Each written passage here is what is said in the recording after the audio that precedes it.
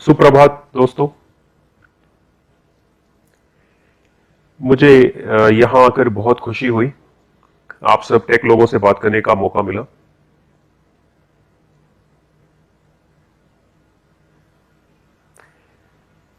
मेरी इस लंबी 25 साल की यात्रा में मैंने अपना उद्देश्य रखा है दुनिया को बदलना। दुनिया को बदलना और सही खाना पीना। और जब मैं कहता हूं कि सही खाना पीना, पर हम करेंगे।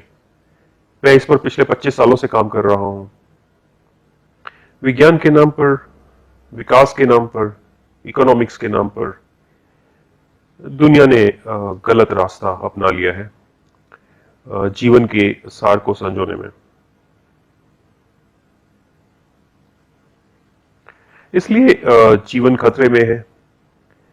जहां तक मेरा मानना है, अगले 20 सालों में इंसान बच्चे भी पैदा नहीं कर पाएगा। आदमी में स्पर्म्स की बहुत कमी हो गई है। अगले 20 सालों में औरतें ठीक से मेंस्ट्रुएट नहीं कर पाएंगी। यही सच्चाई है हम सब के लिए। सभी को यह समझना जरूरी है कि ये सबसे बड़ी समस्या हमारे सामने खड़ी है और हम इस बेकार पश्चिमी जीने के तरीके को अपनाने में लगे हैं और हमें इस बात का अनुमान भी नहीं कि हमारे साथ क्या हो रहा है। इसलिए सब कुछ ठीक करने की जरूरत है। अगर कल नहीं तो कम से कम कोई प्लान, कोई तरीका, कोई सिस्टम बनाने की जरूरत है। और दिक्कत यह है कि आपको सभी को यह समझाना होगा कि मौजूदा सिस्टम गलत है।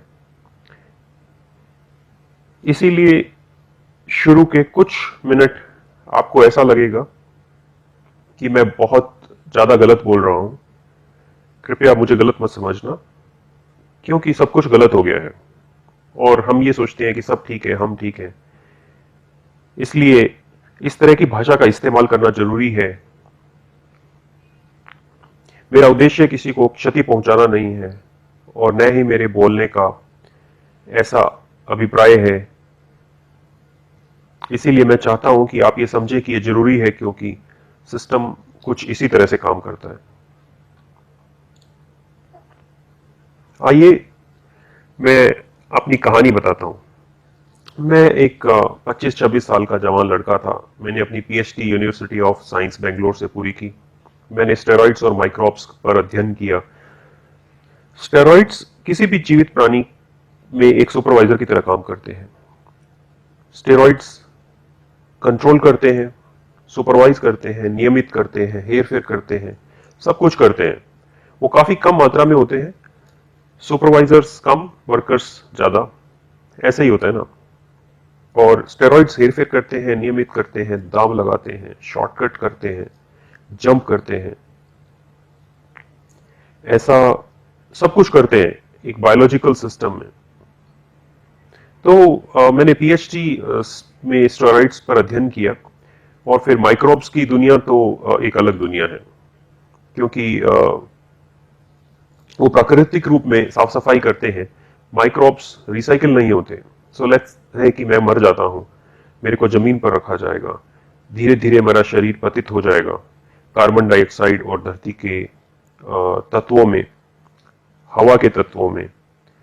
और इस प्रक्रिया के लिए आपको माइक्रोब्स चाहिए। इसे फर्मेंटेशन प्रक्रिया या मिनरलाइजेशन कहते हैं। फर्मेंटेशन प्रक्रिया एक अधूरी मिनरलाइजेशन प्रक्रिया है। अगर आप दूध लें, थोड़ा सा दही डालें। दही क्या है? इसमें काफी लैक्टोबाइसिलस है और ये दूध को एक नियत बिंदु तक ले जाते हैं। उसे फर्मेंटेशन कहते हैं। इस बिंदु के आगे ये नहीं जाएगा। यह अलग माइक्रोब का ग्रुप है जो कार्बन डाइऑक्साइड बनाता है और पूरा चक्र मिनरलाइजेशन कहलाता है। खनिज को छोड़ दें और वह कार्बन डाइऑक्साइड बन जाते हैं। प्रकृति में ये दोनों प्रक्रियाएं बहुत महत्वपूर्ण भूमिका अदा करती हैं। यही साफ सफाई करती हैं। कुछ नष्ट होता है तो वह कार्बन डाइऑक्साइड में परिवर्तित हो जाता है और फिर खनिज में परिवर्तित हो जाता है। इसीलिए इसे मिनरलाइजेशन कहते हैं। कोई विषैला पदार्थ हो, तो आप उसे मिनरलाइज कर सकते हैं। अगर कोई जैविक प्रणाली हो तो उसे कार्बन डाइऑक्साइड में बदल दें। कार्बन डाइऑक्साइड के अलावा विषाक्तता को हाइड्रोक्सी ग्रुप के तत्व भी खत्म कर सकते हैं, जिसे हम अधूरी प्रक्रिया कहते हैं, जैसे कि खमीर उठाना। ये सब प्रकृति की बुनियादी प्रक्रियाएं हैं। इसके अलावा रसायन सुपरवाइजर्स हैं जो इस प्रक्रिया से गुजरते हैं। ये थोड़ी सी भूमिका थी आपके लिए। अपनी डिग्री खत्म करने के बाद मैं डॉक्टरेट फेलोशिप करने बीवरटन, ऑरेगन, अमेरिका गया। पर्यावरण विज्ञान विषय पर मैंने सूक्ष्म जीव विषैले रसायन जैसे कि डिऑक्सिन पर अध्ययन किया, और ये सब करते हुए मैंने लिग्निन आदि प्राकृतिक प्रणाली को भी समझा। तो मैं आपको ये बताना चाहता हूं कि मैंने जैविक प्रणाली में काफी काम किया है। जैसे ही मैं वहां गया पहले दिन, जैसे आप कॉर्पोरेट दुनिया में जाते हैं, आपको मेडिकल सर्टिफिकेट लेना होता है एक फॉर्मेलिटी दिखाने के लिए कि आप फिट हैं। इसलिए मैं हॉस्पिटल गया और रिसेप्शन पर इंतजार कर रहा था। वहां एक छोटी लड़की को देखा, करीब 6 साल की। बहुत पुरानी बात है, 1996 की, 86 की। 6 साल की बच्ची शून्य में देखती हुई, आंख से आंख नहीं मिला पा रही थी। मैं वहां बैठा, इधर उधर देखा, तभी उसकी माँ आती है। जैसा मैं हूं, मैं आमतौर पर चुप नहीं रहता, लोगों से काफी बात करना चाहता हूं। मेरा मतलब मैं बातूनी हूं। तो मैं असल में बच्ची के साथ बात करने की कोशिश कर रहा था, जैसे कि आपका नाम क्या है, इस तरह की बातें। परंतु उसने जवाब नहीं दिया और उसकी माँ आई और उसने पूछा, आप क्या जानना चाहते हैं? तो मैंने कहा, प्रॉब्लम क्या है? बीवी को, बहुत प्यारी बच्ची है। उसने कहा, बच्ची को मासिक धर्म शुरू हो चुके हैं और ब्लीडिंग पिछले 3 महीने से बंद नहीं हुई है। मैं सुनकर दंग रह गया, क्योंकि मैं जहां से आता हूं वहां महिलाओं को 14 साल की उम्र में मासिक धर्म शुरू हो जाते हैं। जब मैं यह मेरा अनुभव था, तभी मैं अमेरिका चला गया, क्योंकि मुझे जाना था। मैं एक गरीब परिवार से मैं अमेरिका जाना चाहता था और पैसा कमाना चाहता था। मैं गली की बत्ती के नीचे पड़ता था। तब मेरे दिमाग में कुछ नहीं था, मैं केवल चला गया, और तब ये छोटी बच्ची आती है और कहती है कि उसको ब्लीडिंग है। मैं हैरान था, ऐसा कैसे हुआ? हॉर्मोन्स में कुछ गड़बड़? ये बात जाहिर कर ही है, क्योंकि मैंने पीएचडी की है स्टेरॉइड्स पर। कैसे इस धरती पर एक 6 साल की बच्ची को मासिक धर्म शुरू हो सकते हैं? जहां तक मुझे पता है 14 साल की उम्र में होने चाहिए। मैंने अपनी पीएचडी तभी की थी और बहुत सारे थीसिस लिखे थे और भी बहुत कुछ।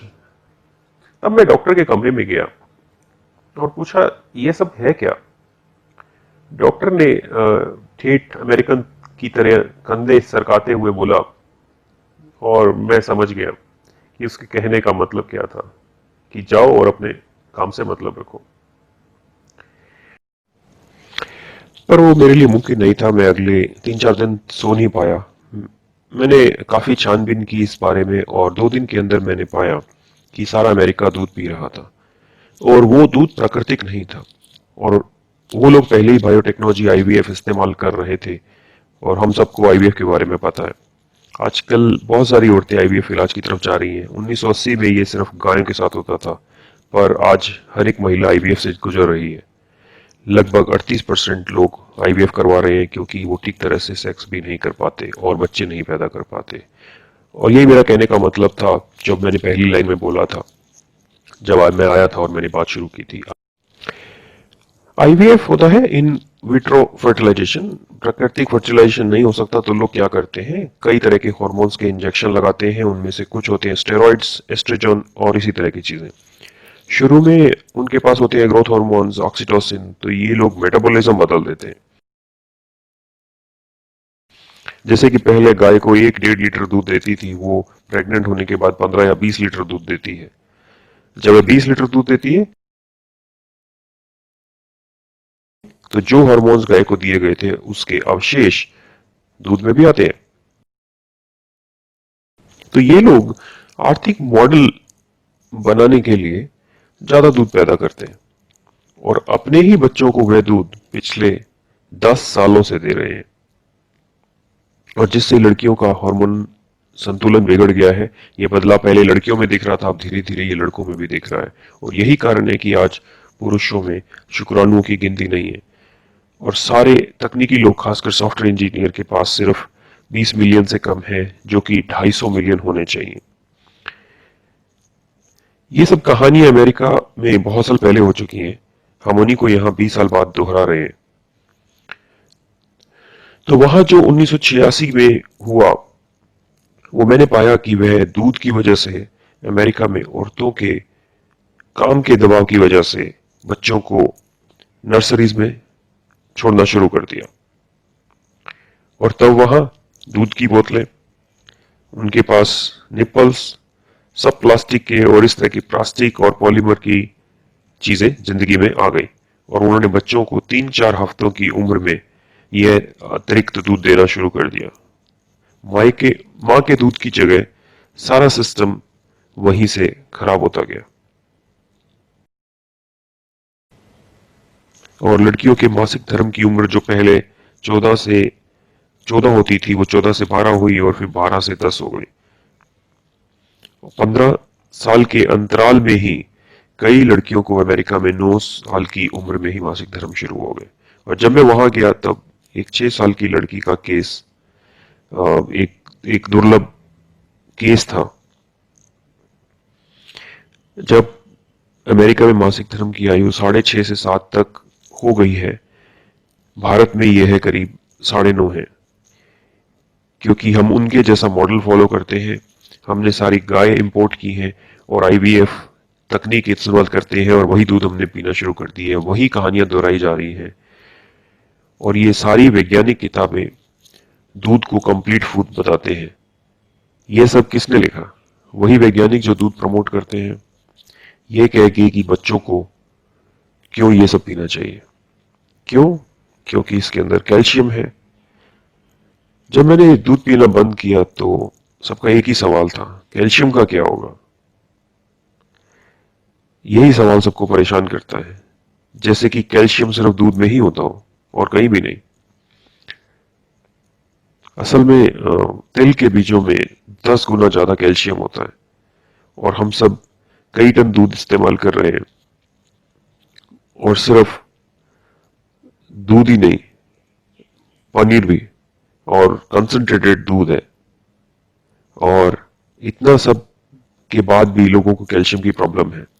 आपको ऑस्टियोपोरोसिस, रिमेटिज्म जैसी समस्याएं हैं, और लोग कैल्शियम टेबलेट्स और सप्लीमेंट्स खा रहे हैं, चाय कॉफी पी रहे हैं, और सारा खाना कैल्शियम रिच ले रहे हैं। किसी ने भी ये सवाल पूछा कि कैल्शियम कम क्यों है फिर भी शरीर के अंदर? इसका मतलब आपका शरीर कैल्शियम एब्जॉर्ब नहीं कर रहा। ये सब आर्टिफिशियल चीजें आपके शरीर के लिए नहीं है। आपका शरीर का डिजाइन खाने के एब्जॉर्ब करने के लिए, न कि टैबलेट से, और न ही आर्टिफिशियल प्रोसेस फूड से। जब विज्ञान ने फोर्टिफाइड दूध और चीजें निकाल दी जो बिल्कुल नॉनसेंस है, ये सब एक बिजनेस मॉडल है, न कि बायोलॉजिकल मॉडल। क्योंकि इनको अपने प्रोडक्ट बेचने हैं, इनको स्टेरॉइड्स बेचने हैं, और ये अपनी टेक्नोलॉजी आपको बेचेंगे। आईवीएफ, ये सेंटर है, वो सेंटर है, यहां तक कि दूध एक पूरा खाना है भी किताबों और टीवी में प्रसारित किया जाता है, खबरों में, मीडिया में, सब जगह। अमेरिका की इन कंपनियों द्वारा सब कुछ कंट्रोल किया जाता है। अगर आप कहेंगे कि मैं हार्मोन मुक्त दूध बेचना चाहता हूं, तो आपको जेल में डाल दिया जाएगा। एक बार 8 साल की जेल सुना दी गई थी एक आदमी को, जिसने कहा कि वो हार्मोन फ्री दूध बेच रहा है, और वो बेच भी नहीं रहा था, उसने सिर्फ लिखा था एक सेंटेंस।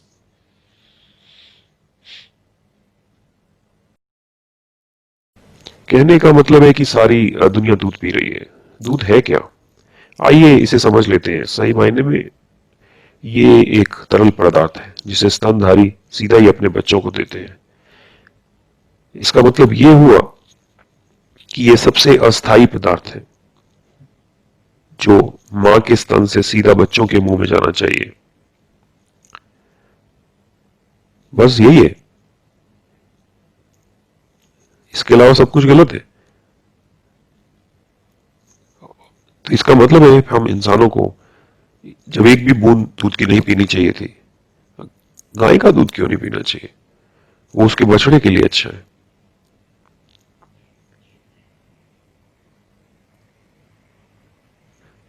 वो उसके बछड़े के लिए अच्छा है।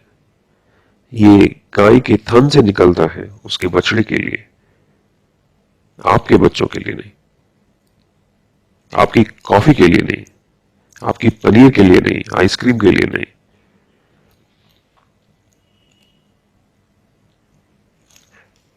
आजकल औरतें अपने बाल साफ करवाती हैं, उच्च तकनीक वाली लेजर ट्रीटमेंट, और सब जगह ब्यूटी पार्लर खुल रहे हैं क्योंकि हार्मोन गड़बड़ हो गए। कोई भी डॉक्टर, कोई भी यूनिवर्सिटी इस बारे में बात नहीं करना चाहती। तो एक सही डॉक्टर का कहना क्या है? दूध मत पियो। बड़ा अजीब लगता है, कोई भी कहता है दूध मत पियो तो बकवास कर रहा है। सही मायने में दूध 3 हफ्ते के अंदर ही आपके हॉर्मोन्स और इम्यूनिटी में गड़बड़ कर सकता है। अब पूरी दुनिया पिछले 30-40 सालों से दूध पी रही है। सोचो कितना असंतुलन हो गया है। हम पूरी तरह से इम्बैलेंस में हैं। यही सारी सेहत संबंधी दिक्कतों का मुख्य कारण है। तो इन दिक्कतों को ठीक कैसे किया जाए? गोलियों से? आप डॉक्टर के पास जाते हैं और वो क्या कहते हैं कि हार्मोन गड़बड़ हो गया है, और वो क्या करते हैं, थोड़ा और हार्मोन दे दो। इससे पूरा संतुलन इतना नाजुक है कि अगर मैं आपको पिकोग्राम, नैनोग्राम मात्रा भी देता हूं तो भी संतुलन ठीक नहीं होगा। और यहां मैं आपको मिलीग्राम गोलियां आपके अंदर डाल रहा हूं, जिसका मतलब है कि मेरे अंदर 1 ग्राम कुछ चाहिए और मैं 1 टन डाल रहा हूं। और मैं कैसे ठीक करूंगा इस प्रॉब्लम को? सही मायने में इसको ठीक करना बहुत आसान है। दूध छोड़ दो, बस वही आपकी दवाई है।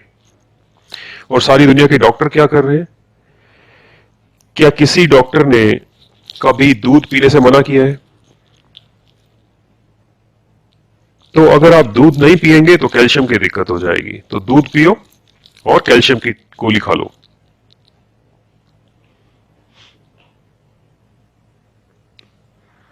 यही हो रहा है। अमेरिका जैसे उन्नत देशों के ये साइंटिस्ट, डॉक्टर, और ये भारत के एमबीबीएस, एमडी डॉक्टर्स जो ट्रेनिंग लेने इंग्लैंड जाते हैं और हम फॉरेन रिटर्न बोलते हैं, उन्होंने सब कुछ सिखा सिखाया हम पर थोप दिया है। और ये विशेषज्ञ हैं। आप इन सब के चारों ओर घूमते हैं। आप क्या सोचते हैं ये आपको क्या दे रहे हैं? क्या आपको सेहत दे रहे हैं? ये आपको गोलियां दे रहे हैं? मैं इस तरह बोलते हुए और बोल सकता हूं, वो कुछ नहीं करते, बस सिर्फ गोलियां बेचते हैं। डायबिटीज है, गोली ले लो। कब तक? उम्र भर। हाई बीपी है, ये गोली ले लो। कितनी देर? उम्र भर। अक्सर अब मजाक किया जाता है डॉक्टर्स में कि आप अपनी बीवी को छोड़ सकते हो पर दवाई नहीं छोड़ सकते।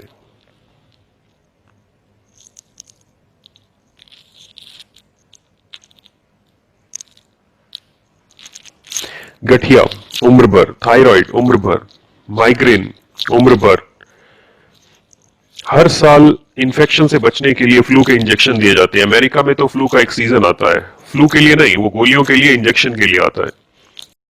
और इस खास सीजन में हर आदमी को लाइन में लगना पड़ता है इंजेक्शन लेने के लिए। यहां तक कि कॉर्पोरेट ऑफिस में फ्लू इंजेक्शन के लिए सबको जाना पड़ता है, और अगर इंजेक्शन नहीं लिया तो आपको ऑफिस नहीं आने दिया जाता। ये एक बहुत दुखदाई कहानी है उस उन्नत विज्ञान की दुनिया की। वैज्ञानिक मुझे नहीं मालूम कहां है, क्योंकि उन्होंने विज्ञान को आर्थिक मॉडल के हिसाब से बांट दिया है। इकोलॉजी नहीं है, जीव विज्ञान कहीं नहीं है। अगर उस उसमें जीव विज्ञान के मॉडल को जोड़ना हो तो दूध के बारे में पहले बताना पड़ेगा, खाने के बारे में पहले बताना पड़ेगा। यहीं पर सबसे बड़ी गलती हुई है इंसान से। इसीलिए मैंने कहा कि मैं दुनिया बदलना चाहता हूं, हम दुनिया को सही करना चाहते हैं, क्योंकि आदर्श पैसे के आधार पर बने हैं, सही विज्ञान के आधार पर नहीं। परंतु पश्चिमी दुनिया ने सभी को यह यकीन दिला दिया है कि वही सबसे उन्नत है विज्ञान में, क्योंकि उन्होंने आईफोन बना दिया, क्योंकि उन्होंने मिसाइल बना दिया, सिर्फ इसीलिए। पर मिसाइल बनाना और उड़ाना और शरीर से मल को निकालना दो अलग चीजें हैं। पश्चिमी लोग ठीक से मल भी त्याग नहीं कर सकते, उन्हें कब्ज रहती है, उन्हें मालूम नहीं कि सुबह ठीक से मल कैसे त्याग करना है। वो गोलियां खाते हैं, सब कुछ खाते हैं, पर ये काम नहीं करता। वो ठीक से पेशाब तक नहीं कर सकते। उनको ये नहीं पता कि कब पेशाब करना है, कैसे करना है, क्योंकि पेशाब के दबाव को महसूस नहीं कर पाते। पेशाब उनकी जानकारी के बिना बाहर आ जाता है। कोई बात नहीं, एक प्लास्टिक कैथेड्रल लगा देंगे। करीब 18% लोग ऐसे बैग और कैथेड्रल लगाकर घूम रहे हैं, क्योंकि उन्हें नहीं मालूम पेशाब कब आ जाए, कब रोके, कैसे रोके, क्योंकि प्रोस्टेट के नर्व सिस्टम का नियंत्रण खत्म हो चुका है। वो चलते हैं और पेशाब निकल जाता है। इसलिए दुनिया में कहीं भी जाएं, सब जगह अटैच्ड बाथरूम्स हैं। यकीन नहीं होता, यहां तक कि आप सोते हैं वहां टॉयलेट है। जैसे पानी गिरता है वैसे ही उनका कोई नियंत्रण नहीं है।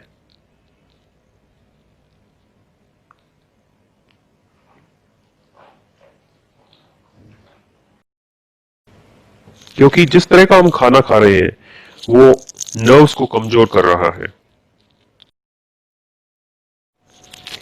ये दिक्कत पहले उन लोगों में ज्यादा होती थी जो 60-70 साल के होते थे, वो इन पर नियंत्रण खो देते थे। पर आजकल 25 साल के जवान लड़के जिनको बहुत अच्छी नींद आनी चाहिए और वो अगर रात को 10 बजे सोए तो सुबह 6-7 बजे उठे, पर अब वो हर एक 2 घंटे में उठते हैं क्योंकि उनको पेशाब आता है। और कई बार तो ये गलत संकेत होता है, वो भाग के जाते हैं पर पेशाब नहीं आता। 2 बूंद गिरती है और फिर उनको मशक्कत करनी पड़ती है। हमारे शरीर में ये सब हो रहा है। ये कोई इक्का दुक्का केस नहीं है, कई सौ है। 18% जवान लड़के जिनकी उम्र 35 से कम है इस दिक्कत का सामना कर रहे हैं। हम क्या करें? डॉक्टर के पास जाते हैं, वो कहते हैं ये हो गया, वो हो गया, आखिर में वो एक बैग और कैथेटर लगा देंगे। क्या उन्होंने आपको हल दिया? बस आपको आपका इलाज नहीं किया उन्होंने। और मैं इसी तरह और भी बहुत कुछ बोल सकता हूं। सभी बीमारियों की यही कहानी है। डायबिटीज का कुछ पता नहीं है। आप 100 MD MS डॉक्टर्स को लो, 28 को डायबिटीज है। आप 100 ऑटो चालक लो, उनमें भी 28 को डायबिटीज है। तो ऑटो चालक और डॉक्टर के बीच में क्या फर्क रह गया? यहां तक डायबिटीज की बात है, किसी को कुछ जानकारी नहीं है। 17% को कैंसर है, 13% को कोई और प्रॉब्लम है, 32% को थायराइड है। इसका मतलब ये है कि 100 में से 32 थायराइड की गोलियां ले रहे हैं और 100 में से 40 बीपी की गोलियां खा रहे हैं। 16% कैंसर का इलाज करवा रहे हैं। 26% को रात को नींद नहीं आती और वो नींद की गोलियां खा रहे हैं।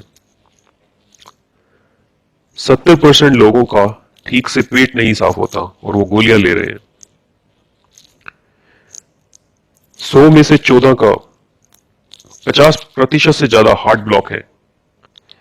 करीब करीब 50% दिल के चारों ओर हार्ट ब्लॉक हो रखा है। तो मैंने आपको बताया 15, 16, 48, 38, 28 और इसको जोड़े तो करीब 250 हो जाता है। तो इस और ये 100 में से है।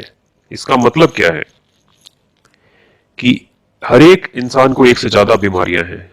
बीपी है, डायबिटीज है, थायराइड है। और इतना ही काफी नहीं है, कुछ लोग तो ऐसे हैं जिनको 8-8 बीमारियां हैं, सुबह शाम कम से कम 8 गोलियां खाते हैं। तो आप डॉक्टर के पास जाते हैं, वो आपको क्या देते हैं? वो आपको गोलियां देते हैं और आप सोचते हैं कि वो आपको हेल्थ दे रहे हैं, और वो अपने आप को हेल्थ इंडस्ट्री बोलते हैं। क्या वो सही में सेहतमंद है? वो बीमारी का संचालन कर रहे हैं, बीमारी को मैनेज कर रहे हैं। MBBS, business of medicine, business of surgery, उन्होंने सब कुछ को बिजनेस में ढाल दिया है। सही मायने में आधुनिक विकसित देशों में किसी भी बीमारी का इलाज ठीक से नहीं हो रहा, कोई भी बीमारी पूरी तरह से ठीक नहीं हो रही, और हम फिर भी सोचते हैं कि ये हमारे आदर्श हैं और इनका अनुसरण करें। तो मैं जब उस छोटी बच्ची को मिला और डॉक्टर का रवैया देखकर मुझे समझ में आ गया कि इस विज्ञान को बिल्कुल भी समझ नहीं है कि ये क्या कर रहे हैं। कोई भी विज्ञान इस ग्रह के जीवों का सहायक होना चाहिए, अगर ये नहीं करता तो वो विज्ञान नहीं है। तो इसी सिद्धांत के साथ अगर मैं कुछ कर पाऊं तो मैं सहायता करूंगा। मैंने बहुत सारी बातें सुनाई, इसके बारे में अब हम क्या कर सकते हैं? आइए इनको सही परिभाषा देते हैं। खाना क्या है, सेहत क्या है, आदि आदि। इन सब को सही मायने में समझने के बाद ही हम सही रास्ता बना पाएंगे और सही सहायता मिलेगी। तो पिछले 25 सालों में मैं यही कर रहा हूं। मैं सोचता कि अक्सर डायबिटीज क्यों होती है, डायबिटीज है क्या, क्या होता है, आखिर इतने लोग डायबिटिक क्यों हैं? पिछले 150 सालों पहले 1 करोड़ में से 1 को डायबिटीज होती थी, अब 100 में से 28 को है। जरा इस बढ़ोतरी के आंकड़े को देखिए, 1 करोड़ में 1 और कहा 100 में से 28। आप कोई भी नई बीमारी को ले लें, जिसको हम नई नई बीमारियां बोलते हैं, तो आपको यही देखने को मिलेगा। और आप इन डॉक्टरों से पूछें और वो कहेंगे कि ये जीवन शैली के रोग हैं, ये अनुवांशिक रोग हैं, आदि आदि।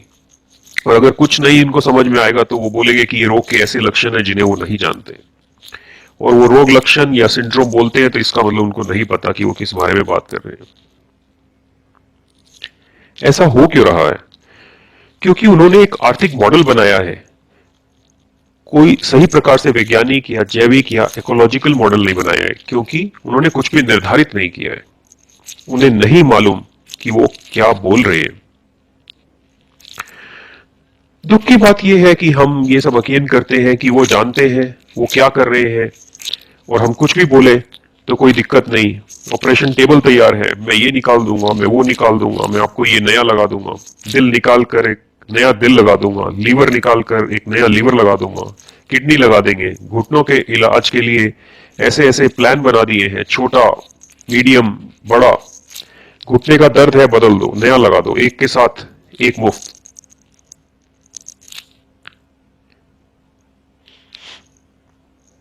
कैसे अजीब मॉडल है ये घुटने में दर्द है क्यों? दोनों जॉइंट के बीच कुछ जमा हो रहा है, मैं उसे कैसे निकाल सकता हूं बिना छुए हुए?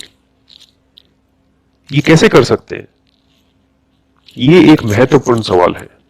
खून में ग्लूकोज की मात्रा, इसीलिए डायबिटीज है। सुबह शाम देखते रहो, इससे कोई फायदा नहीं होता, इसका इलाज करना पड़ेगा। मेरे पास ये टेक्निक है, टेक्नोलॉजी है, सॉफ्टवेयर है, चिप है, जिससे बिल्कुल सही ग्लूकोज की मात्रा को नाप सकते हैं, बिल्कुल सही मात्रा में इंसुलिन लगा सकते हैं। तो क्या आपने इलाज ढूंढ लिया? नहीं। शरीर में ग्लूकोज क्यों बढ़ रहा है? कुछ तो गलत है, इस मॉडल में कुछ तो गलत है, इसीलिए मरीजों की संख्या में बढ़ोतरी हो रही है। पिछले 40 सालों में कोई कमी नहीं हुई है। अगर हम सही इलाज ढूंढ लेते तो अस्पताल बंद हो जाने चाहिए थे, पर हो क्या रहा है? हर गली में अस्पताल और दवाई की दुकानें बढ़ रही हैं। तो क्या आपको नहीं लगता कि अपने आप में एक सबूत है कि हम उल्टी दिशा में जा रहे हैं? अगर मैं एक अच्छा डॉक्टर हूं तो मैं अगर हर हफ्ते नहीं तो कम से कम साल में मुझे कुछ तो दवाई की दुकानें और अस्पताल बंद करवाने चाहिए। अगर मैं अपना डॉक्टरी का काम सही तरह से तय करूं तो मैं समाज में क्या बढ़ाऊंगा? सेहतमंद लोग। पर अब हमारे पास इतने डॉक्टर हैं और इतने बढ़ रहे हैं, तो इसका मतलब क्या है? हम लोग एक बीमार समाज की ओर बढ़ रहे हैं। ये सच है। तो मेरा उद्देश्य क्या है? मेरा उद्देश्य है हॉस्पिटल्स को बंद करना। क्या हम कर सकते हैं? ये हमारा काम है। हम ये कैसे कर सकते हैं? जब हम जान लेते हैं कि बीमारियों की जड़ क्या है, हम उसे खत्म कर सकते हैं और हम ऐसे ही सेहतमंद रहेंगे। और ये सिर्फ पहला काम है। सही सेहत बीमारियों से फ्री होना नहीं, बल्कि इससे भी आगे बढ़कर उससे परे। और असल में यही मेरा इरादा है। और जो बीमारियां हैं जैसे मधुमेह है, कैंसर है, माइग्रेन है, ये सब तो गायब हो जाएंगी जब मैं आपको सेहतमंद बना दूंगा। जब मैं आपको बीमारियों से लड़ने के काबिल बना दूंगा। जब आपके शरीर में बीमारियां ही नहीं होंगी तो इलाज का सवाल ही कहां उठता है? हमारे शरीर की वो स्टेज होनी चाहिए जहां पर उसमें इतनी शक्ति होगी कि वह बीमारियों से लड़े ही नहीं, उनको होने ही ना दे। तो क्या हम ऐसा शरीर पा सकते हैं जो बीमारियों से शुरू से ही लड़े? यहां मैं बीमारियों के इलाज की बात नहीं कर रहा। मैं बात कर रहा हूं उनको पूरी तरह खत्म करने की। मेरा ये सपना है कि 30 साल के बाद हमारे बच्चे बात करें कि मेरे पिताजी को कुछ मधुमेह नाम की बीमारी थी, मेरे दादाजी को कुछ कैंसर नाम की बीमारी थी, और उन बच्चों को असल में उन बीमारियों के बारे में पता ही नहीं होना चाहिए। क्या हम ऐसा संसार बना सकते हैं? और ऐसा ही मैं करने निकला हूं। हमें यह समझने की जरूरत है कि हम इस बारे में क्या कर सकते हैं। हमारी प्रॉब्लम का सोर्स क्या है? खाना जो हम खा रहे हैं। क्योंकि पिछले 150 सालों में जो खाना सारा संसार खा रहा है वो बिल्कुल अलग है जो हम आज खा रहे हैं। खाना और तौर तरीके बदल गए हैं। खाना पूरी तरह गड़बड़ हो गया है और वो कंपनियों की वजह से खाना गड़बड़ हुआ है। खाद बनाने वाली कंपनियां, कीटनाशक बनाने वाली कंपनियां, इन्होंने खाना बनाना शुरू कर दिया है और वही हम खा रहे हैं। इसी से सब नुकसान हुआ है। तो ये खाना जो हम खा रहे हैं पिछले 50-60 सालों में, यही हमें बीमार कर रहा है और इसके बारे में कोई बात नहीं कर रहा। चाहे वो गेहूं हो, चावल हो, दूध हो, चीनी हो, अंडे हो, सुअर हो, गाय, मुर्गे। और ये लोग इस सबको बहुत बड़े पैमाने पर बनाने में लगे हैं और पूरी दुनिया इस सब को खाने की तरह खा रही है। यही दिक्कत है। और ना कोई कंपनी, ना कोई मल्टीनेशनल कंपनी जो इनकी प्रोडक्शन में, इनके डिस्ट्रीब्यूशन में लगे हुए हैं, कोई भी इस कंपनी या बिजनेस इस चीज को नहीं मानेंगे कि ये प्रॉब्लम है। तो आप डॉक्टर के पास जाते हैं, वो क्या क्या कहते हैं खाने के लिए? गेहूं। एक मधुमेह का रोगी है, वो क्या खा रहा है? चपाती। पूरा संसार गेहूं खा रहा है और सारे संसार में मधुमेह से लोग पीड़ित हैं। हमारे यहाँ 28%, अमेरिका में 20%, न्यूजीलैंड में 36% लोग। और ये गेहूं की प्रॉब्लम नहीं है। तो आप कहेंगे कि ये लाइफस्टाइल बीमारी है। तो मुख्यमंत्री की लाइफस्टाइल देख लो, ऑटो चालक की लाइफस्टाइल देख लो।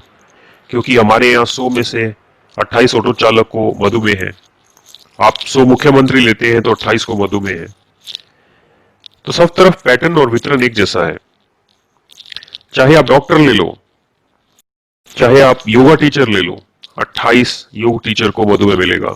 योग टीचर क्यों, स्वामी जी को ले लो, और उनमें भी 28 और 1 का मिलेगा आपको।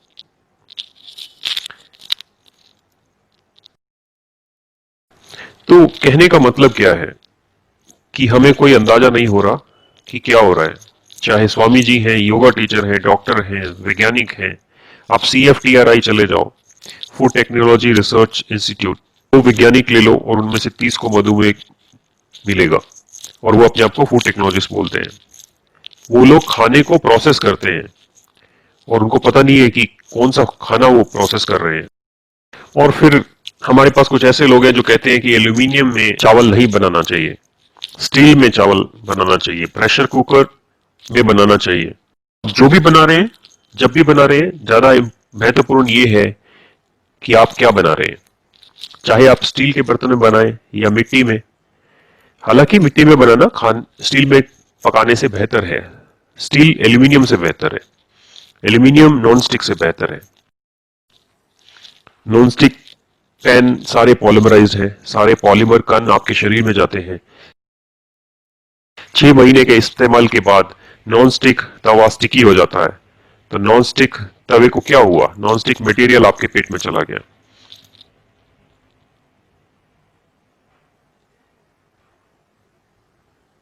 और वो आपके पेट में सीलिएक एरिया को खराब करता है। एरिया पोषक तत्व को एब्जॉर्ब करने में सहायक होता है। यह हिस्सा हाइड्रोफोबिक हो जाता है और आप पानी को देखो तो उसके सारे तत्व एब्जॉर्ब हो जाते हैं। इसीलिए काफी विदेशी उनके बाल गिरने शुरू हो जाते हैं, 30 साल की उम्र में ही गंजे होने शुरू हो जाते हैं, क्योंकि उनके शरीर में माइक्रोन्यूट्रिएंट सोखने की शक्ति खत्म हो गई है, बाल गिरने लग जाते हैं। और यहाँ एक और बात है कि आनुवंशिक रूप से 1 करोड़ में से एक औरत गंजी हो सकती है, पर अब तो 100 में से 3 है। ये अपने आप में एक चिंता का विषय है कि हम सेहत के मामले में कितने विक्षिप्त हो गए हैं। पुरुषों में ये भी दिक्कत है और ये ज्यादा है। पहले 45 साल के बाद 21% होते थे, अब 45 के बाद 60% पुरुष गंजे हैं। ये सारी दुनिया के आंकड़े हैं, जिससे हमें पता चलता है कि कितने गलत जा रहे हैं हम। ये सब उदाहरण है जो मैं आप लोगों को बताना चाहता हूं। तो आप में से कई युवा लोग कहेंगे कि ये बंदा क्या अजीब बात बोल रहा है, पर आपको पूरी मानव जाति पर निगाह डालनी होगी, एक जगह से दूसरी जगह समझना होगा। पर हम इन सब कंपनियों से काफी गलत जानकारी हमें मिलती रहती है, जैसे कि हमारा जीवन काल बढ़ गया है, हम पहले से ज्यादा जी रहे हैं। पर पैरामीटर्स क्या है? पहले दुर्घटनाएं ज्यादा होती थी, जंगली जानवर और युद्ध बहुत होते थे और बीमारियों से इतने लोग नहीं मरते थे, वो जानवरों से लड़के मरते थे। तो ये कहना मुश्किल है और यही गड़बड़ हुई है। पहले 40 साल तक जीते थे, अब ज्यादा जीते हैं। इसी के आधार पर यह सब बोला जाता है। अब रोज जंगली जानवरों से उतना पाला नहीं पड़ता तो लोग ज्यादा जिंदा रहते हैं। अगर मैं 100 लोगों को लूं और जंगल में छोड़ दूं तो देखना होगा कि क्या होता है। कितने लोगों को समझ में आया जो मैंने अभी समझाया है कि जितने आंकड़े हम सुनते हैं ये सब फर्जी आंकड़े हैं, क्योंकि अब मापदंड और परिस्थितियां बदल चुकी हैं। परंतु ये वैज्ञानिक दुनिया के अपने तरीके हैं यकीन दिलाने के। हमें इस तरह के बने बनाए आंकड़े दिए जाते हैं। आप सब सॉफ्टवेयर के लोग हैं, आपको पता है आंकड़े कैसे बदले जाते हैं।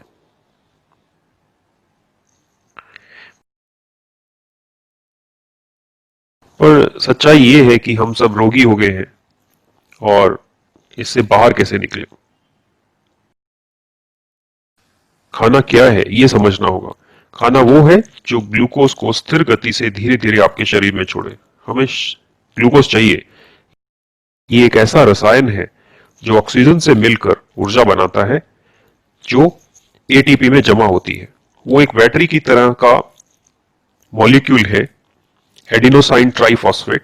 पूरा तंत्र है माइक्रोकॉन्ड्रिया नाम का। ये एक असेंबली लाइन है जो ऊर्जा को जमा करता है और एडिनोसाइन ट्राइफॉस्फेट बनाता है। शरीर में ऊर्जा की जरूरत पड़ती है। हम चलते हैं, आंख हिलाते हैं, मल त्याग करते हैं, सोते हैं, सांस लेते हैं, हर एक चीज के लिए हमें ऊर्जा की जरूरत होती है। ये जैविक ऊर्जा एटीपी देता है। और कोशिकाओं में एटीपी बनाने के लिए हर उस कोशिका में ग्लूकोज को जाना पड़ता है। हर कोशिका में तुरंत वहीं पर एटीपी बनाना पड़ता है। मैं एटीपी को एक जगह से दूसरी जगह नहीं ले जा सकता। इसीलिए हर कोशिका समूह एक एटीपी बनाता है। ये प्रक्रिया डिसेंट्रलाइज्ड है। कोई सेंट्रलाइज तरीका नहीं है जो एटीपी एक जगह बनाए और आगे वितरित कर दे।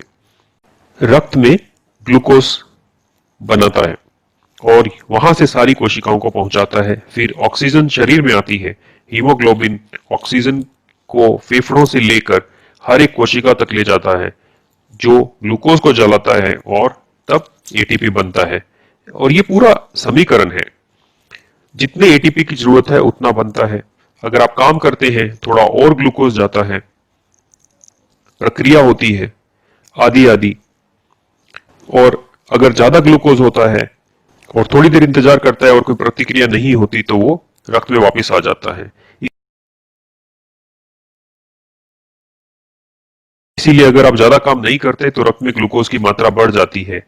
1 ग्राम ग्लूकोज को पचाने के लिए आपको 15 मिनट तक चलना होगा। हमारे शरीर में 5 लीटर रक्त होता है। कोई ज्यादा लंबा है, बड़ा है तो 6 लीटर, और अगर कोई छोटा है तो 4.5 लीटर, पर औसतन 5 से 6 लीटर। इसलिए हमारे शरीर में करीब 5 ग्राम ग्लूकोज हमेशा रहता है। जहां जरूरत होती है वहां भेजता रहता है। और अगर हमारे शरीर में ज्यादा ग्लूकोज होता है तो क्या होगा?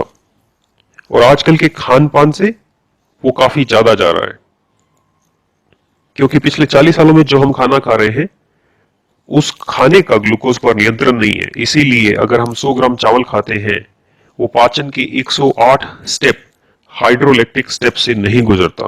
वो सारी प्रक्रिया 15 मिनट में पूरी कर लेता है, क्योंकि इसमें कार्बोहाइड्रेट को सोखने के लिए फाइबर या रेशा नहीं है। तो सारा 70 ग्राम कार्बोहाइड्रेट्स जो चावल में है, वह सारा, मैं आपको भी एक टेबल दिखाता हूं जिसमें हर एक ग्रेन के कंटेंट्स लिखे हुए हैं। तो ये सारा 15 से 20 मिनट के अंदर ग्लूकोज में बदल जाता है। तो आपने अपने खून में 15-20 मिनट में ही करीब 35 ग्राम ग्लूकोज डाल दिया। और अगर आप गेहूं खाते हैं, हाँ ये देखिए यहां पर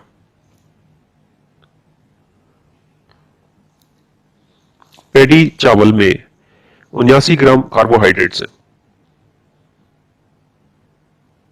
ओह, मुझे लगा मैं इसको हिला सकता हूं। अच्छा, इस तरफ भी है। गेहूं में 76 ग्राम कार्बोहाइड्रेट्स है। ज्यादा अंतर नहीं है। और फाइबर कितना है? पेडी चावल में 0.2 ग्राम, गेहूं में 1.2 ग्राम।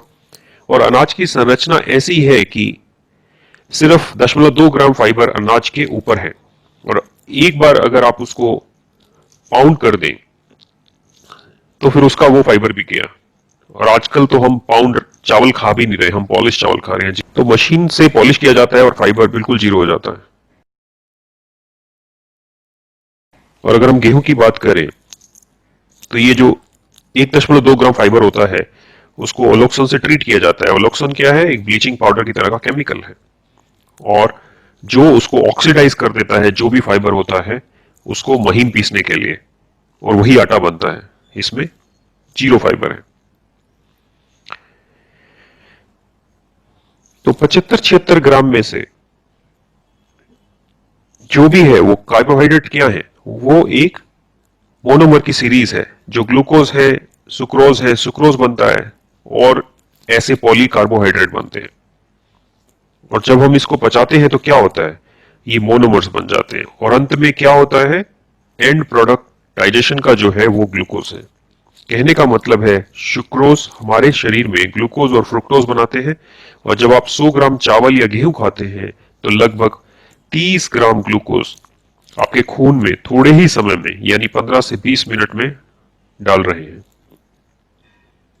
आजकल आप कॉफी पीते हैं, जूस पीते हैं, पेप्सी कोक पीते हैं। सारे बड़े बड़े stars Pepsi Coke Thums Up बेच रहे हैं। असल में वो 100 मिलीग्राम पानी में 45 ग्राम चीनी बेच रहे हैं।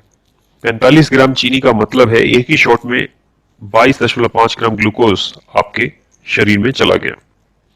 तो अगर एक दिन में आप अंदाज लगाएं तो आप करीब 150 से 170 ग्राम ग्लूकोज अपने खून में डाल रहे हैं एक दिन में। परंतु जैसा मैंने आपको बताया, अगर आपको 1 ग्राम ग्लूकोज को कार्बन डाइऑक्साइड में बर्न करना है तो आपको क्या करना पड़ेगा? आपको 15 मिनट वॉक करना पड़ेगा। और अगर आप 5 ग्राम ग्लूकोज को बर्न करना है तो आपको कितना वॉक करना पड़ेगा? 75 मिनट। और अगर आपके पास 175 ग्राम ग्लूकोज है तो कितनी वॉक हुई? 30 घंटों से ज्यादा। और आपके पास कितने घंटे हैं? सिर्फ 24 घंटे। क्या असल में कोई भी 1-2 घंटे की वॉक करता है क्या? 1-2 घंटे भी? तो अगर आप 2-2.5 घंटे भी वॉक करते हैं तो आप करीब 10 से 12 ग्राम ग्लूकोज ही कंज्यूम करते हैं। और इतनी पर्याप्त क्षमता उत्पन्न होती है कि खून से ग्लूकोज निकल जाए और फिर आपको ग्लूकोज और चाहिए। पर हम सब टेकीज हैं। हमने असल में सब किसानों को भी टेकी बना दिया है। खेत में पानी देने के लिए एप्स हैं और भी बहुत कुछ, एक जगह बैठ के बटन दबा के हो सकता है। देख सकते हैं कि क्या चल रहा है। और यही दुनिया है आजकल। कोई भी काम नहीं करता, कोई भी ग्लूकोज को बर्न नहीं कर पा रहा, पर हम सब बहुत अच्छी तरह से खा रहे हैं। आप टूथपेस्ट में देखें, और मैं केमिकल्स की बात नहीं कर रहा हूं, मैं सिर्फ शुगर की बात कर रहा हूं। अभी शुगर अपने आप में ही हमारे शरीर के लिए जहर है, क्योंकि हम बहुत मात्रा में शरीर में डाल रहे हैं और इसको इस्तेमाल कर नहीं रहे हैं। तो हो क्या रहा है, हमारे शरीर में ग्लूकोज की बहुत ज्यादा मात्रा एकमुलेट हो रही है, जमा हो रही है। तो हमारा शरीर क्या करता है? ये शरीर हमारा मूर्ख नहीं है हमारी तरह। इसमें लीवर है, स्प्लीन है, किडनी है, गैल ब्लैडर है, और ये सब डक्टलेस ग्लैंड्स हैं। ये सारे आपस में मिलकर ये कहते हैं कि हमें पता है कि ग्लूकोज का क्या करना है, इसको कोलेस्ट्रॉल में बदल देते हैं, क्योंकि कोलेस्ट्रॉल विटामिन डी बनाने के लिए बहुत जरूरी होता है। तो एक ऐसा रास्ता बनता है कि चलिए कोलेस्ट्रॉल बनाते हैं। और कितनी कोलेस्ट्रॉल बनेगी? आप बहुत ज्यादा कोलेस्ट्रॉल बनाएंगे तो एक समस्या है, तब आते हैं सुपरवाइजर स्टेरॉइड्स। तो वो कहते हैं बहुत हो गया कोलेस्ट्रॉल, अब ट्राइग्लिसराइड बनाते हैं, क्योंकि ट्राइग्लिसराइड जरूरी है कुछ भी चलाए रखने के लिए हमारे शरीर में। तो ये भी कितना बनाते रहेंगे, क्योंकि ग्लूकोज तो बहुत है, तो थोड़ी सी कोलेस्ट्रॉल बनता है और थोड़ा सा ट्राइग्लिसराइड बनता है। रूमेटिक फैक्टर की जरूरत होती है शरीर के अंदर कुछ एंटीजन से लड़ने के लिए, इसीलिए ये भी बनते हैं।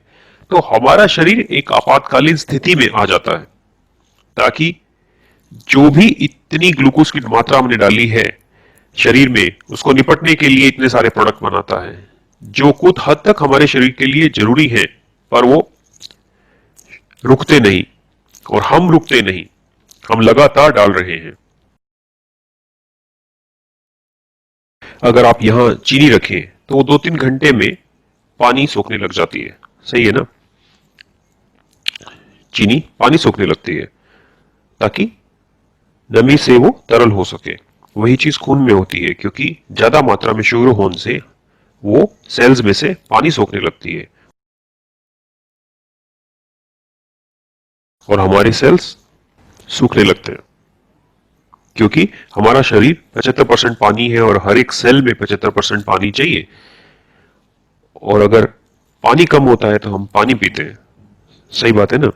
तो हमारे खून में अगर बहुत ज्यादा शुगर होगी तो क्या होगा? हमें प्यास लगेगी, क्योंकि हमारे सेल्स में से पानी सूखने लग गया है और हम प्यास बुझाने के लिए बहुत सारा पानी पीते हैं। और तब हमारे शरीर में बहुत ज्यादा पानी हो जाता है, किडनी अपना काम करना शुरू करती है, फिल्टर करना शुरू करती है। तो पानी पीने के बाद हम बाथरूम जाते हैं। और यही कारण है कि हम ऑफिस में कमरे बनाने से पहले हम बाथरूम बनाना शुरू करते हैं, क्योंकि हम बार बार जाना चाहते हैं। तो इन चीजों से बचने के लिए शरीर ये सब एडजस्टमेंट्स करता है, आपातकालीन स्थिति में चला जाता है। ग्लूकोज बढ़ने से कोलेस्ट्रॉल बढ़ता है, फिर ट्राइग्लिसराइड बनते हैं, रिमेटिक फैक्टर बनता है, ग्लाइकोजन बनते हैं। ग्लाइकोजन भी ग्लूकोज की एक तरह की पैकिंग है, ताकि भविष्य में कभी पर्याप्त ग्लूकोज नहीं मिलता तो इस स्टोरेज से शरीर को फीड कर सकते हैं। पर्याप्त ग्लाइकोजन जमा होते ही वो फैट बनाना शुरू कर देता है और फिर शरीर का मांस बढ़ने लगता है और लोग अपना शरीर बढ़ाने लगते हैं और जिसे हम कहते हैं ओबेसिटी, और डॉक्टर्स ने इनको बीमारी का नाम दे दिया है। तो लोग मोटे होने लगते हैं। अमेरिका में नौजवान लड़के लड़कियों का वजन 17 साल की उम्र में ही 80 किलो के आसपास हो जाता है और यही समस्या अब इंडिया में भी आ चुकी है। कोई भी मोटा ना हो, अगर हमें पता हो इस ग्लूकोज से कैसे निपटना है। वही अगर हमें नहीं पता कि ग्लूकोज से कैसे निपटना है तो आप मोटे होंगे, आपके कोलेस्ट्रॉल हाई हो जाएगा, ट्राइग्लिसराइड हाई हो जाएंगे, फैट भी बढ़ेगा। और एक्स्ट्रा फैट का क्या होगा? ये आपकी खून की वाहिनियों में जाना शुरू हो जाता है और जब आपकी खून की वाहिनियां ब्लॉक हो जाएंगी तो आपके दिल को ब्लॉक करेंगी। कोई समस्या नहीं है, आपकी ब्लॉकेज निकाल देंगे, स्टेंट डाल देंगे। तो प्रॉब्लम कहीं और है और हम किसी और चीज की बात कर रहे हैं। असल में सारी समस्या की जड़ ये एक्स्ट्रा ग्लूकोज है। चाहे फिर वो गठिया की प्रॉब्लम हो, चाहे कोलेस्ट्रॉल हो, चाहे ट्राइग्लिसराइड हो, चाहे बीपी की प्रॉब्लम हो, डायबिटीज की प्रॉब्लम हो, ये तो सब एडजस्टमेंट होती रहती है शरीर में। फिर भी अतिरिक्त ग्लूकोज है शरीर में। अब खून ही ग्लूकोज के ऊपर ड्रॉप हो रहा है। हीमोग्लोबिन ग्लूकोज से कोटेड है और इसको हम बोलते हैं HbA1c। अब हीमोग्लोबिन खुद अपने ऊपर ग्लूकोज ले रहा है और घूम रहा है, पर असल में काम क्या था हीमोग्लोबिन का? ऑक्सीजन कैरी करना और ग्लूकोज को बर्न कर देना। लेकिन अब ग्लूकोज खुद इसके ऊपर बैठा हुआ है। ऑक्सीजन कम होने से आप थका महसूस करते हैं। जब आपके खून में HbA1c बढ़ जाता है, आप डायबिटिक हो जाते हैं, क्योंकि वो 6 होनी चाहिए, अब वो 7, 8, 9, 10 और कुछ लोगों की तो 12 HbA1c हो जाती है। हीमोग्लोबिन 12 होना चाहिए, वो घट रहा है और HbA1c बढ़ रहा है। तो मैंने आपको सारे प्रोसेसेस समझाए। ये सारा कुछ अतिरिक्त ग्लूकोज की वजह से होता है। आपके शरीर की नेचर की वजह से पहले आपका HbA1c बढ़ सकता है, या कोलेस्ट्रॉल बढ़ सकते हैं, या ट्राइग्लिसराइड बढ़ सकते हैं, रूमेटिक फैक्टर बढ़ सकता है। ये निर्भर करता है आपके शरीर और आपकी एक्टिविटीज के ऊपर। या तो आप पहले रूमेटिक मरीज बन जाएंगे, या बीपी के, या ट्राइग्लिसराइड मरीज, या मधुमेह के मरीज बन जाएंगे। तो असल में हालत ये है कि एक अवधि के बाद हम सब रोगों के मरीज बन रहे हैं। तो आप पहले मधुमेह के मरीज बन रहे हैं, बाद में बीपी के, या बीपी के पहले और मधुमेह के बाद में। ये तो हालत है आज की। मैं ठीक बोल रहा हूं ना? तो सब बीमारियों का मूल कारण क्या है? खाना। अब दुनिया का कोई भी डॉक्टर, कोई भी पाठ्यक्रम खाने के बारे में बात नहीं कर रहा। आप ये टेबलेट ले लो, आपको ये बीमारी है, आपको कोई और बीमारी है, आप ये देख लो, आप वो कर लो। ये सब करके आज क्या हालत हो गई। सोचो, अगर मैं एक चीज यहां भूल गया और चला गया और फिर बेंगलोर शहर में ढूंढूं, तो क्या वो मुझे मिलेगी? मुझे उसे लेने के लिए यहीं आना पड़ेगा, यहां ढूंढना पड़ेगा। तो जहां समस्या है समाधान भी वहीं मिलेगा, परंतु कोई भी असल प्रॉब्लम की तरफ काम नहीं कर रहा। असल प्रॉब्लम जो खाना हम खा रहे हैं वह है, और अगर आपका खाना सही नहीं है तो आप कोई भी दवाई ले लो, कैसे काम करेगी? आजकल के डॉक्टर कैसे ट्रेंड है? कहते हैं जो खाना है खाओ, सिर्फ ये टेबलेट ले लो। यही आज की आधुनिक युग की दुख भरी कहानी है। तो आपने देखा, जो हम कर रहे हैं उसका कोई संबंध ही नहीं है। हम सबको यकीन दिला दिया गया है कि ये जो विज्ञान है यही विज्ञान है। तो मैं एक मरीज को कैसे ठीक कर सकता हूं जिसे मधुमेह है, कैंसर है, माइग्रेन है, जब तक मैं भोजन को ठीक नहीं करता? तो मुझे भोजन ढूंढना है, दवाइयां नहीं। अगर मैं दवाइयां देता हूं तो मैं आपको उसका आदी बना देता हूं, और इसीलिए अब दुनिया में सब दवाइयों के आदी हो चुके हैं। चाहे वो बीपी की दवाई हो, मधुमेह की दवाई हो, स्टेरॉइड हो, आप सब इसके आदी हो चुके हैं। किसी न किसी चीज के आप आदी हो चुके हैं, और यही अर्थव्यवस्था का मॉडल चाहता है कि आप सब किसी न किसी चीज के आदी हो जाओ ताकि मैं आपको लगातार वो चीज बेच सकूं। कॉर्पोरेट की भाषा में बोलें तो ये बॉटम लाइन है, यही सच्चाई है। तो आप बंध गए हो, सब बंध गए हो, कई तरीकों से बंध गए हो। दवाइयों से, आदत से, तो आप बार बार वहीं घूमते रहते हो और बीमार होते रहते हो। तो आप देख रहे हैं कि आप बेकार के तरीकों के पीछे भाग रहे हैं। आपको स्वस्थ रहना है तो आप अपने आसपास देखो, नई सोच लाओ, अलग सोचो। आपकी सोच ही गलत है। यहां आते हैं चमत्कारी अनाज। तो हमें करना क्या है? हमें अपना अनाज बदलना है। खाना जो धीरे धीरे और लगातार ग्लूकोज को हमारे खून में छोड़े, एक बार में तेजी से नहीं। और ये आश्चर्यजनक तरीका भगवान ने बनाया है। तो अब तक जो मैंने बोला यकीन मानिए, मेरा इरादा किसी को ठेस पहुंचाना नहीं है, पर यह गलती सारी मानव जाति से हो गई है। तो अगर आप इस चक्रव्यूह से बाहर निकलना चाहते हैं तो आपको अलग तरीके से सोचना होगा, अलग तरीके से सब कुछ करना होगा। तो अगर आप ऐसे ही चक्कर में फंसे रहे तो कुछ नहीं होगा।